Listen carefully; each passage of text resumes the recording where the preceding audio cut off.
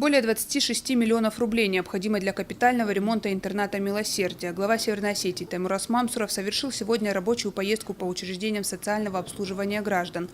Напомним, председатель правительства России Дмитрий Медведев поручил руководителям регионов лично проверить состояние и доступность психиатрических лечебниц в субъектах. У каждого заведения свои проблемы. О них Таймуразу Мамсурову рассказала министр труда и социального развития Лариса Туганова. Так, в доме-интернате «Милосердие» временно не принимают людей из-за необходимости проведения ремонта в спальном корпусе. По словам Ларисы Тугановой, специалисты должны посчитать стоимость ремонта корпуса на 76 койко-мест. Изучена материально-техническая база всех трех учреждений, которая нуждается сегодня в укреплении, несмотря на то, что проведен большой объем работ и даны поручения соответствующие главой республики о подготовке соответствующих обращений и в Пенсионный фонд России, и в правительство Российской Федерации, для того, чтобы у нас появилась возможность и были выделены средства на укрепление материально-технической базы всех трех учреждений.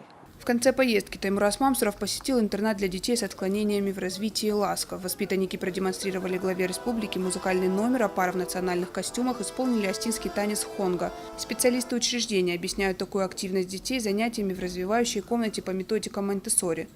Фатима Макиева, Ильдар Афашоков, Осетия ТВ.